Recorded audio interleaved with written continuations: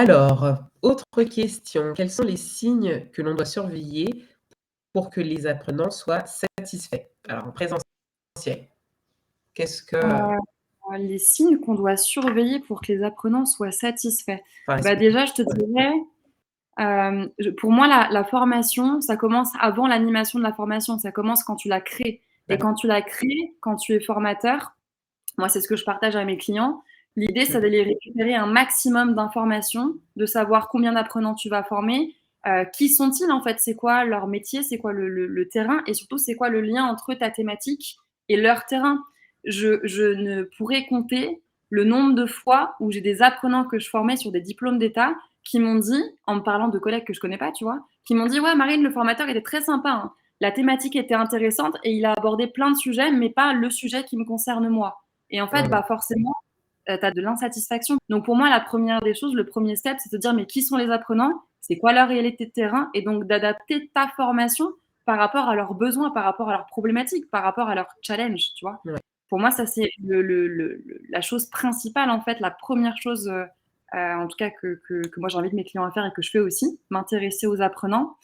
Et après, bah, pendant la formation, être toujours dans le dialogue, demander si tout va bien, si tout est OK, dire que, moi j'aime bien, tu vois, quand les apprenants, partagent des avis contraires aux miens, je trouve ça cool parce que, je suis pas là pour formater les gens. Je partage, donc bon, si c'est la loi, c'est la loi. En théorie, tu vois, on transige pas trop, mais si c'est Mmh. pas la loi, je leur explique des méthodes et cetera et après parfois elles peuvent être modifiables, tu vois?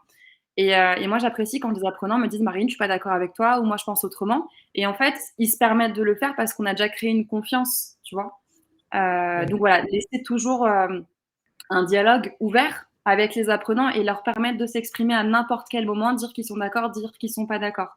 Je pense que ça joue aussi, dans le côté, satisfaction. Et la dernière chose que je peux te partager, c'est ce que je partage aussi à mes clients, c'est de faire, des bilans en fait. Des bilans, même quand tu as juste une journée, les apprenants, de faire un bilan avec eux le soir pour savoir ce qui a été, ce qui a pas été et je pense que c'est important, même si tu as des gens qui sont pas satisfaits de la formation, je pense qu'ils vont apprécier le fait que tu leur demandes leur avis en fait sur, est-ce qu'ils ont apprécié la journée ou est-ce qu'ils l'ont subie en fait finalement? Et je pense que ça peut, comment dire ça? Ça veut pas dire qu'ils vont apprécier derrière la journée, mais au moins ça veut dire que tu auras pris en compte leur avis, tu vois? Tu leur as donné la parole et je pense que c'est important aussi.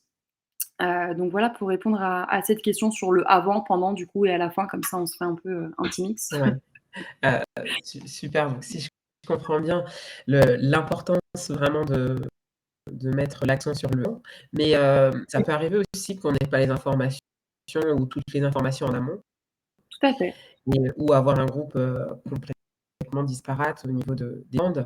Mmh mh. Comment on peut les gérer en présentiel? Si j'ai pas les informations avant, ça m'arrive très souvent. Ouais, Après je pense à tu vois un diplôme d'État auquel je forme des animateurs de centres de loisirs et des directeurs. J'ai moi-même été animatrice et directrice de centre de loisirs et en fait quand j'interviens, j'ai pas d'infos, ou très peu d'infos sur les groupes, tu vois? Mais j'ai été dans leur basket, j'ai eu leur métier et j'ai de la chance d'avoir eu, différentes expériences, tu vois? Dans des endroits, dans des structures et avec des publics très différents. Ce qui fait que généralement, j'arrive à comprendre le contexte de tout le monde. Donc en fait, déjà, le fait d'avoir, exercé le métier, ça t'aide à comprendre les enjeux, les problématiques de terrain, des gens que tu as en face de toi et souvent, c'est les mêmes, en fait, qui reviennent. Je sais pas si tu le vis toi dans là où tu formes, mais souvent, même si je connais pas les groupes, comme je connais le métier, je sais, c'est comme avec la formation de formateur, il y a des choses qui reviennent, qui sont récurrentes, tu vois? Je sais que je vais tomber ouais. dessus. Donc ça, c'est un des premiers aspects et le deuxième après, bah, c'est quand tu récupères le groupe. Moi, ce qu'on peut faire, c'est leur expliquer ce que tu avais prévu de faire pendant cette journée-là et si ça leur convient pas et bah, en théorie, nous, en tant que formateurs, tu vois, on est des experts de ce qu'on vient partager. On a de l'expérience, du bagage de terrain et cetera, tu vois?